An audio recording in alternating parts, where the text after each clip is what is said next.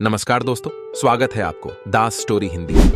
एक बार एक बिल्ली थी। वो बहुत ही चालाक और चौकस थी और उसकी इसी चालाकी और चौकसी को देखकर चूहे भी सावधान हो गए थे और अब चूहे बिल्ली के हाथ नहीं आ रहे थे। एक समय ऐसा आया कि बिल्ली भूख के मारे तड़पने लगी। एक भी चूहा उसके हाथ नहीं आता था क्योंकि वो उसकी आहट सुनते ही तेजी से अपने बिल में छुप जाते थे।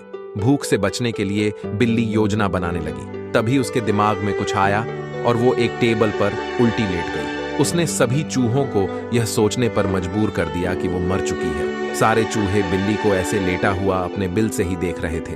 उन्हें पता था कि बिल्ली बहुत चालाक है, इसलिए उनमें से कोई भी चूहा अपने बिल से बाहर नहीं आया। लेकिन बिल्ली भी हार मानने वालों में से नहीं थी। वो बहुत देर तक उसी टेबल पर उल्टी लेटी रही। धीरे धीरे चूहों को लगने लगा कि बिल्ली मर चुकी है। वो जश्न मनाते हुए अपने बिल से निकलने लगे। चूहे जैसे ही बिल्ली की टेबल के पास पहुंचे, उसने उछलकर 2 चूहे पकड़ लिए। इस तरह बिल्ली ने इस बार तो अपने पेट को भर लिया, लेकिन चूहे अब और भी ज्यादा सतर्क हो गए। 2 चूहे खाने के बाद बिल्ली दोबारा भूख से तड़पने लगी, क्योंकि चूहे अब बिल्कुल भी लापरवाही नहीं बरतना चाहती थी। इस बार पेट भरने के लिए एक बार फिर बिल्ली को योजना बनानी थी, लेकिन इस बार छोटी योजना काम नहीं आने वाली थी। इसलिए बिल्ली ने अब खुद को पूरे आटे से ढक लिया। चूहों ने सोचा कि वह आटा है और उसे खाने के लिए आ गए, लेकिन एक बूढ़े चूहे ने उन्हें रोक दिया। उसने ध्यान से आटा देखा तो उसे उसमें बिल्ली का आकार दिखने लगा। तभी बूढ़े चूहे ने